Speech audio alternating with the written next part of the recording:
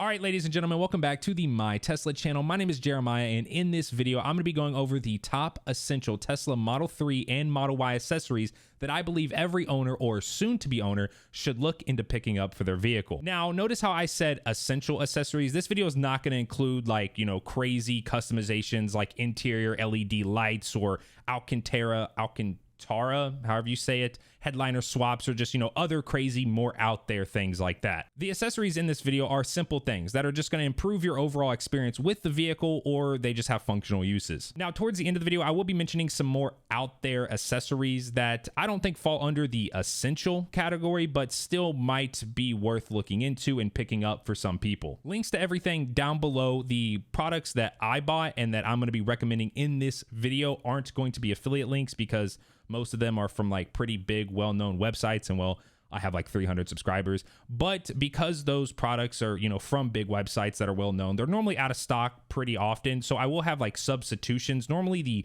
substitutions, like the ones on Amazon, are the same exact product. It's just because it's on Amazon, they have like a whole lot more stock and they're normally cheaper. But those will be affiliate links. So Amazon links will be affiliate links, just trying to be as transparent as possible. So if you want to support the channel, because I don't make a dime off these videos, well, then feel free to. Also, I said I don't make a dime.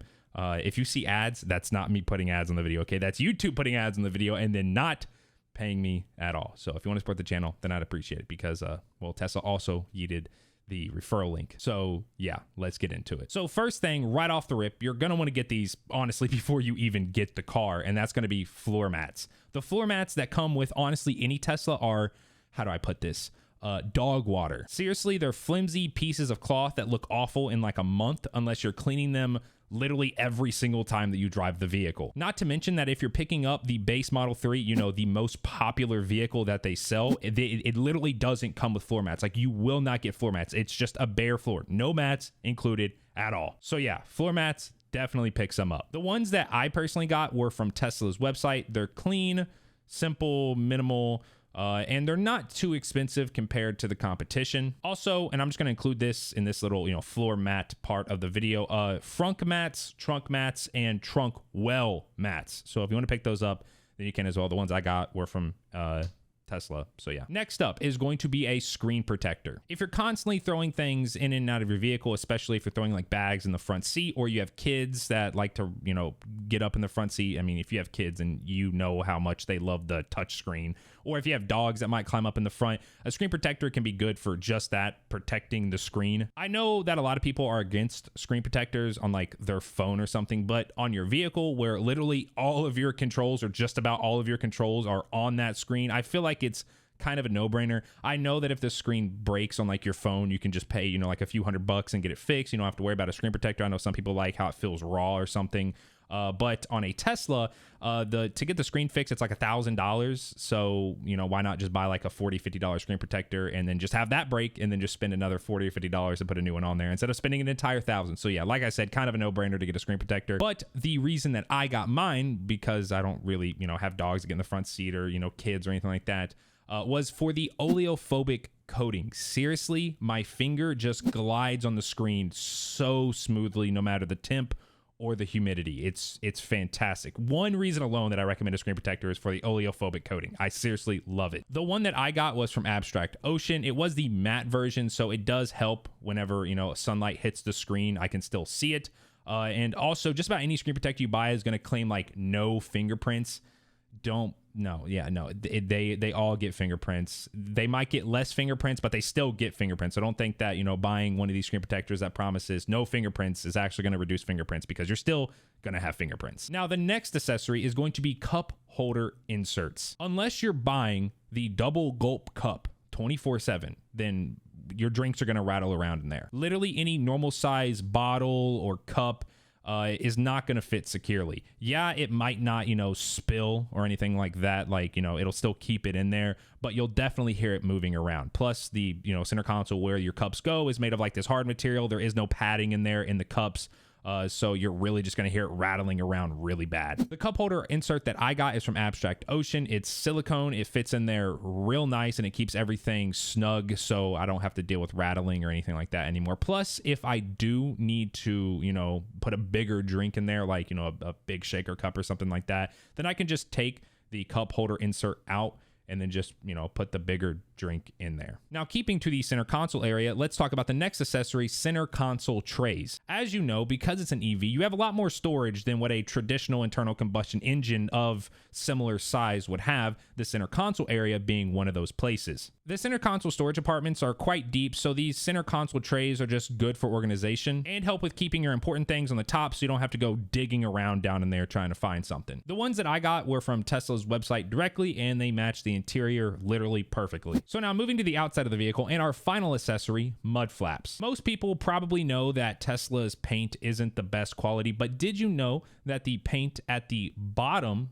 toward the bottom of the vehicle, is actually thinner than the paint toward the top of the vehicle? So, the paint toward the rocker panels is a lot thinner than the paint at like the top of your doors. I think most cars are like this, but if you didn't know, well, then now you know. So with the already not the best paint quality and the paint toward the bottom, the part that gets the most impact from kicked up debris being thinner, I would say mud flaps are a must. When I first got my Model 3, I got some really bulky mud flaps from a company called Rally Armor. These mud flaps were fantastic. Seriously, nothing got by them at all, and they were drillless. But after I decided to get PPF on my rocker panels and halfway up my doors, I just didn't need big, bulky mud flaps anymore. I then opted for more subtle mud flaps. The ones that I got were from Tesla Bros, and they aren't, special by any means. Like, the ones that Tesla Bros sells are the same designs that the, RPM Tesla sells and that Abstract Ocean sells, and essentially any seller on Amazon sells. These mud flaps were drillless. They offered some side protection.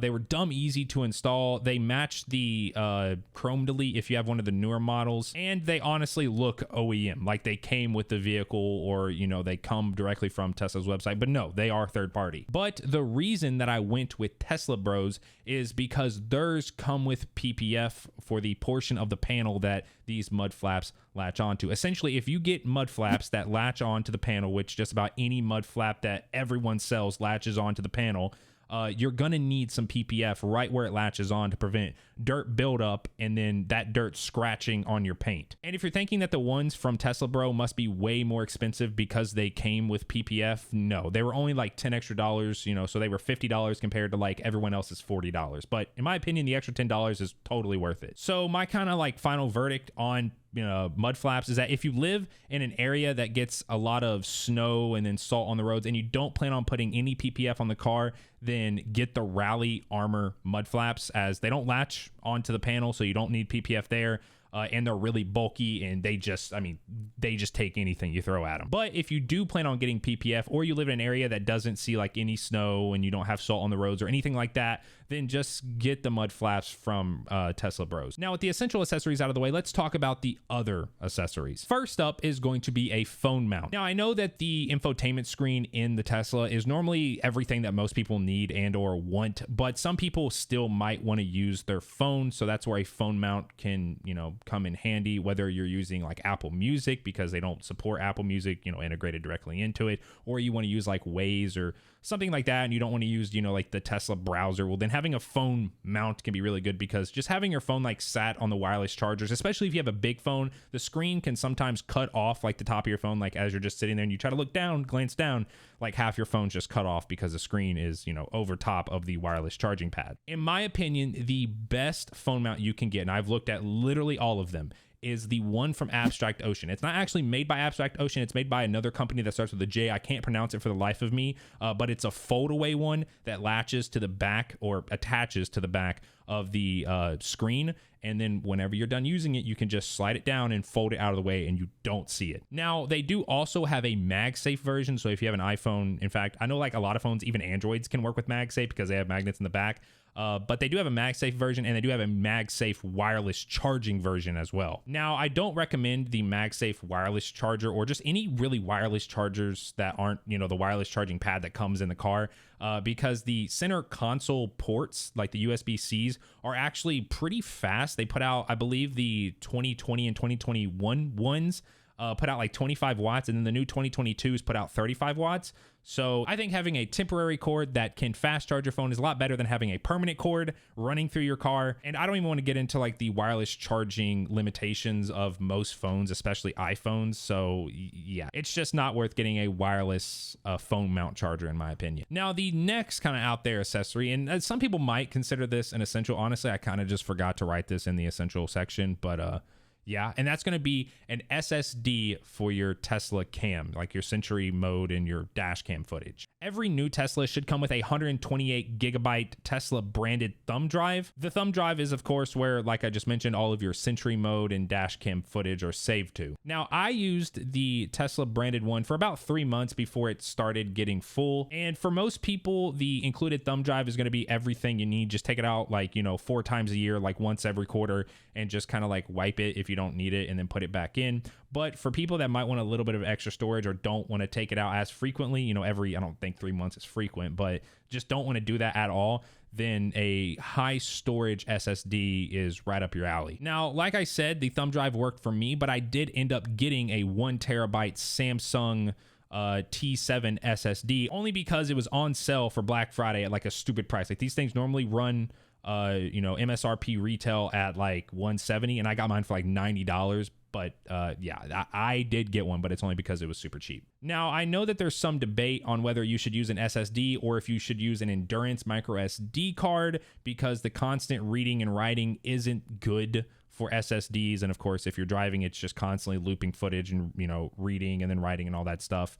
But yeah, I would honestly disagree. Maybe like 10 years ago, with the SSDs that we had back then, the constant reading and writing argument could have been actually valid. But with today's SSDs, well, it would take something like 10 years of constant reading and writing for you to maybe start seeing problems with your SSD. The only time that I would actually recommend an endurance micro SD card is if you live in an area with like extreme temperatures. So either it gets like stupid cold or it gets like stupid hot. Then yeah, an endurance micro SD could actually be beneficial, because SSDs do have operating temperatures, and those operating temperatures are normally anywhere between like 0 or like 10 degrees Fahrenheit and upwards of like 100 and some odd degrees Fahrenheit. I live in Kentucky, so we do kind of get those, extreme temperature swings, but they're not like too extreme. Like sometimes we'll get down to 0 degrees Fahrenheit here, and sometimes we'll get up to above 100 degrees. And so far, I haven't had any problems with mine at all. And I just, of course, just leave it in the car. And now finally, probably the most controversial accessory, if you even want to call it that, is going to be paint protection film, or PPF. The reason PPF is so controversial is due to the price of it getting applied to your vehicle professionally. Now, if you have the know-how on, how to work with PPF and apply it to your car, and you don't have to get it done professionally, then I would say most people would say, yeah, go for it, because at that point you can save like 50% of what it would cost you to get it done professionally, if not more. And at that point, yeah, it's worth it. Go for it. Most people would say, yeah, sure, why not? But most people, I would say like 99% of people have no idea what they're doing when it comes to applying PPF on more than just a flat surface. But back to the professional installation, prices are going to vary based on your location. But the average price that I've seen for a full frontal, so everything from your side mirror, like the caps on them forward, is going to run you about $2,000. For example, I got a quote from a local shop of mine for a full front PPF for $1,600, but they used 3M PPF. They didn't tuck the edges of the PPF, and it also didn't, for some reason, cover the headlights. So there was just nothing there covering it, like no PPF was applied to the headlights. But then another shop quoted me $2,250 for a full frontal, except they use XPEL Ultimate PPF. They tucked the edges, and they paint corrected all the paint that the PPF was going on top of. Oh, and also it actually covered the headlights. I still don't know why that one shop didn't cover headlights. So yeah, the price can vary based on what brand of PPF the shop uses and how they apply it. I could make a whole video on PPF, but I'm just gonna kind of shorten it down and just give you a yes or no answer. If you're leasing your Tesla, no, don't, stop. Do not get PPF, just no. If you're buying your Tesla and you don't care about the paint and it's really just a vehicle to get you from point A to point B, you don't plan on owning it for too long, maybe 3-4 years, then no, also no, it's not worth it. Now, the only time that I would say PPF is worth it for a Tesla Model 3 or a Model Y is if you care about the quality of your paint, you plan on keeping the vehicle for a long time, so like 6-7+ years, and you have the funds for it, like just burning a hole in your pocket. And I know most people consider PPF to try to help with the resale value of their vehicle. And if that's what you're thinking about doing, and that's the only reason you're doing it, just don't. Like, seriously, just don't. Model 3s and Ys max out at like 70, 80 grand.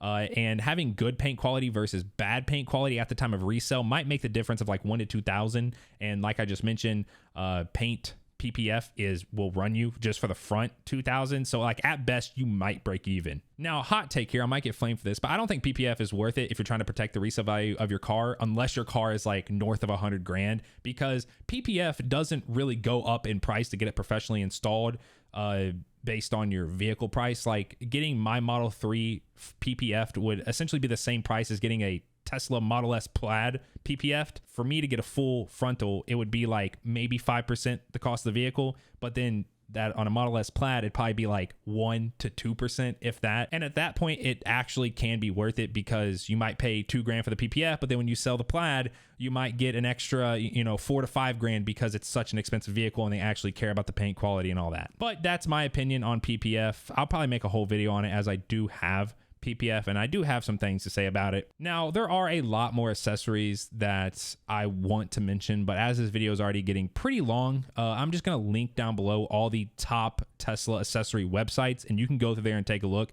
You'll probably find something that I didn't mention in this video that is interesting for you picking up, because seriously, these sites have a lot of accessories. But those are my top Tesla Model 3/Y accessories that I think you should look into picking up if you don't already have them, or if you're waiting for your car, or whatever it might be. Let me know down in the comment section if you have any accessories that you recommend that I didn't mention, that you think either I should look into picking up or I should recommend for other people to pick up. I'm curious what you all got. Also, if you're new around here and you want to see more Tesla related content, then feel free to subscribe. I'd appreciate it. There should have been a video last week or like a week and a half ago with FSD beta 10.9, but I just never got it. Like, I'm still on 10.8.1, and I did record a video with that, but it was kind of a short video. And by that time, 10.9 was already rumored, or not rumored, but kind of talked about. And plus 10.8.1 was just kind of like a mid. It wasn't a big update. But yeah, so next video should be a beta video. If not, it'll be another one of these videos. Also, I wanted to quickly say that I didn't mention any cleaning products in this video, and that's because I'm going to be making a video on how to properly clean your Tesla. So that's why there's none in this video. But yeah, if you enjoyed the video, then feel free to drop a like, and I'll catch you all in the next one. Peace.